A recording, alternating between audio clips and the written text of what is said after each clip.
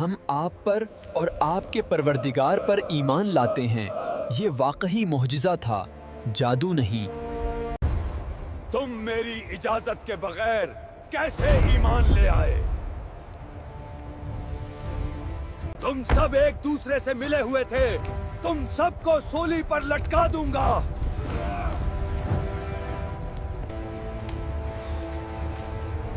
اب بھی وقت ہے، ایمان لے آؤ، ورنہ جان لو کہ انقریب اللہ کی طرف سے طرح طرح کے عذاب آنے والے ہیں۔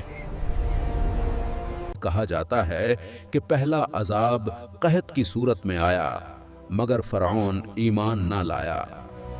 پھر دوسرا عذاب طوفان کی صورت میں آیا مگر فرعون اور اس کی قوم ایمان نہ لائی۔ اس کے بعد ان کی زراعتوں اور درختوں پر ٹڈیوں نے حملہ کر دیا۔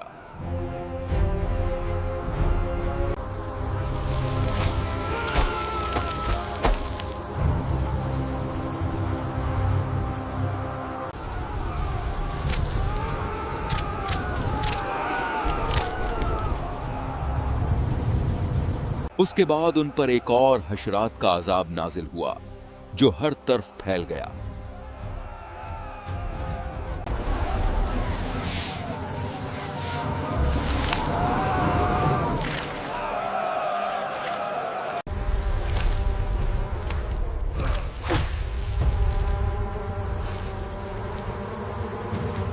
اے فرعون، اب بھی وقت ہے، ایمان لے آؤ اور بنی اسرائیل کو آزاد کر دو۔ اس کے بعد ان پر منڈکوں کا عذاب نازل ہوا۔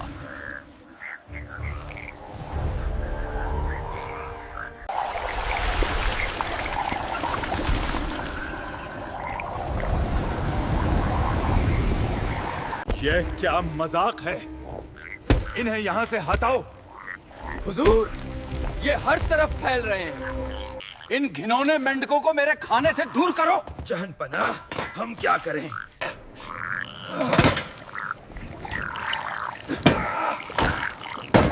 یہ کیا بکواس ہے؟ ان مینڈکوں کو یہاں سے ہٹاؤ، جلدی کرو۔ یہ کیا بکواس ہے؟ ان گھنونی چیزوں کو مجھ سے دور کرو۔ اس کے بعد ان پر خون کا عذاب نازل ہوا۔ اے موسیٰ، فرعون کبھی نہ مانے گا، چاہے وہ 1000 نشانیاں ہی کیوں نہ دیکھ لے۔ اے موسیٰ، بنی اسرائیل کو لے کر راتوں رات نکل جاؤ۔ فرعون اور اس کے سپاہی بھی آپ کے پیچھے ضرور آئیں گے، لیکن میری مدد تمہارے ساتھ ہے۔ حضرت موسیٰ علیہ السلام بنی اسرائیل کو لے کر روانہ ہو پڑے۔ لیکن جب وہ دریائے نیل پر پہنچے تو پیچھے سے فرعون کا لشکر بھی قریب آ چکا تھا۔ اب تو ہمیں فرعون زندہ نہیں چھوڑے گا، یہاں سے بھاگنے کا کوئی راستہ بھی نہیں۔